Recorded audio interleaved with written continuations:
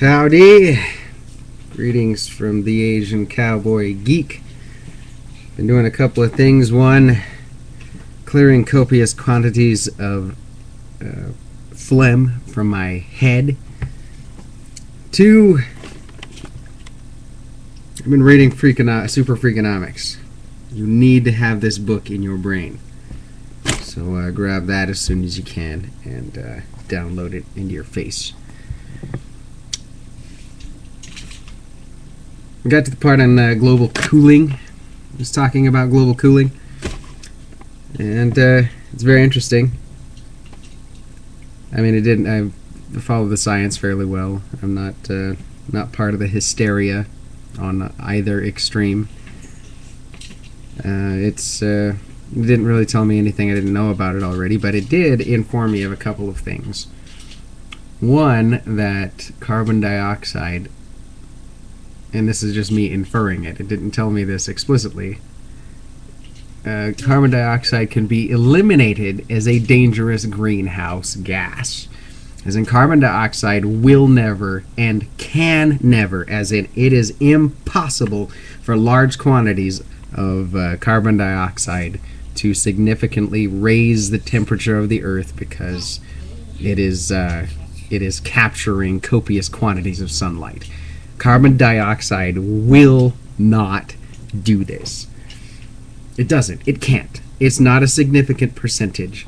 The greenhouse gas, the one you need to worry about, as in, okay, the greenhouse effect is caused by water vapor. It says in Superfreakonomics that the smartest guy in the world has said this. So keep in mind, if you're going to disagree with that, you're disagreeing with the smartest guy in the world. I'm just saying, okay? Unless you're the smartest guy in the world, you can't say anything other than water vapor is the greenhouse gas. Why? Okay, but carbon dioxide can still affect global temperature. The reason it can do this is because plants eat carbon dioxide. Yay! Plants eat carbon dioxide. We already knew this. The reason that that carbon dioxide can increase global warming or global temperature or the greenhouse effect, the reason that it can increase the greenhouse effect is if there's an extremely low carbon dioxide content, plants will bleed water in an attempt to trap carbon dioxide and absorb it. And so when you bleed water, you have greater amounts of evaporation, you have more water vapor. If you have more water vapor, you have a higher global temperature because it is the greenhouse gas. That's how carbon dioxide can increase global temperatures, is by disappearing from the atmosphere. So if you're one of the crowd that thinks that that exhaling is raising the temperature of the planet, it's not. Because if there's an extraordinarily dense carbon dioxide concentration in the atmosphere, if it's very high, then plants don't have to work very hard to survive. So that's how carbon dioxide can affect the global temperatures. Oh, and additionally, more plants, like if you have a lot of plants, if things are very green is a dark color. It actually traps heat. It absorbs more heat and keeps it in the atmosphere instead of reflecting it out into space. But that, of course, is going to vary up and down. It's a cycle. It's a cycle, people. It's a cycle. It also said that one of the greatest cooling effects that this planet does for itself is firing volcanic sulfuric dioxides into the stratosphere. Generally, only volcanoes do this, and it creates a sulfur dioxide film around our atmosphere that deflects sunlight. It also says that trees like diffuse sunlight. That's why they grow so well in Seattle and California, because those places tend to be kind of overcast and stuff like that. Seattle, it's a beautiful place. Whole lot of trees there, big, gorgeous, lovely trees, diffuse sunlight.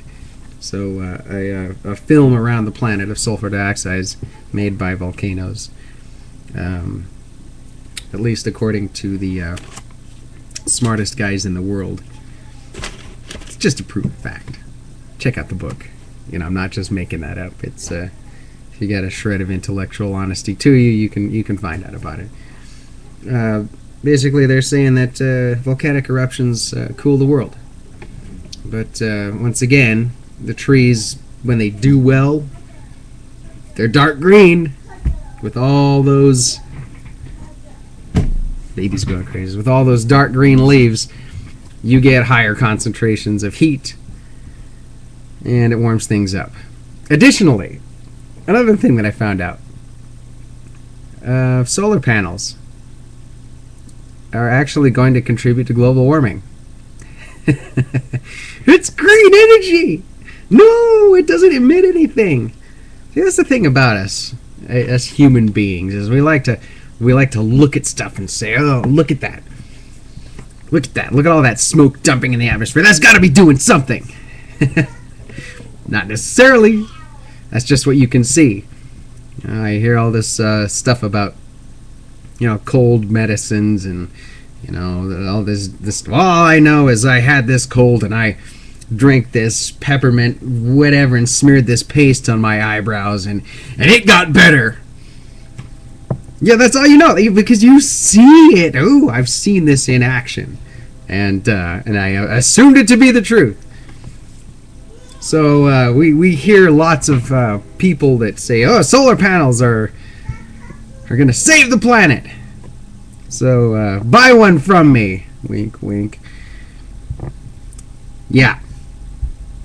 It turns out that solar panels are black, so they absorb even more heat energy than, say, leaves do. Right? Because they're black, and black absorbs all kinds of heat. Well, that's fine. That's what they're supposed to do. They're supposed to absorb that heat and turn it into magic electricity. Well, that's exactly what they do at a 12% efficiency rate. And that's an astronomically high efficiency rate. When my dad put solar panels on our house when I was a kid, some 25 years ago, when I was 10, yeah, they were extraordinarily inefficient. They didn't even come close to that level of efficiency at 12% absorption. Well, guess what happens to the other 88% of that energy? It just gets broadcast back into the atmosphere. All that extra heat that is being absorbed by your solar panel that could be reflecting back up into space off of whatever's sitting around, yeah, that's emitted as heat. Now, I'm not going to tell you not to buy solar panels. Because, I'm just saying that the people that are putting their finger in your chest, you will do this or you are bad, or you will do this because I have decreed it to be so. We have legislated that you have to buy solar panels. We're all going to be, solar power is the wave of the future, and if you're not on it, you are evil. Once again, that's just getting back to the fact that some people are fascists and some people are for freedom. Okay? Some people are going to use any excuse whatsoever to stick their finger in your chest and tell you how it's going to be, or you're going to be punished. And some people are willing to try new things out and let other people try new things out and not freak out every single time some chicken little screams that the sky is falling. So that's why you need to buy his steel umbrellas. Wink, wink. So, yeah, that's where I'm at with Freakonomics. Just once again observing human behavior through solid scientific fact being applied to the masses, and what reasons that certain scientific facts are applied to the masses, and manipulation of everybody, and justification for bad behavior, etc., etc. So there you have it. If you'd like to have a conversation with me about this, I always love talking about it. We'll yak at you later, folks.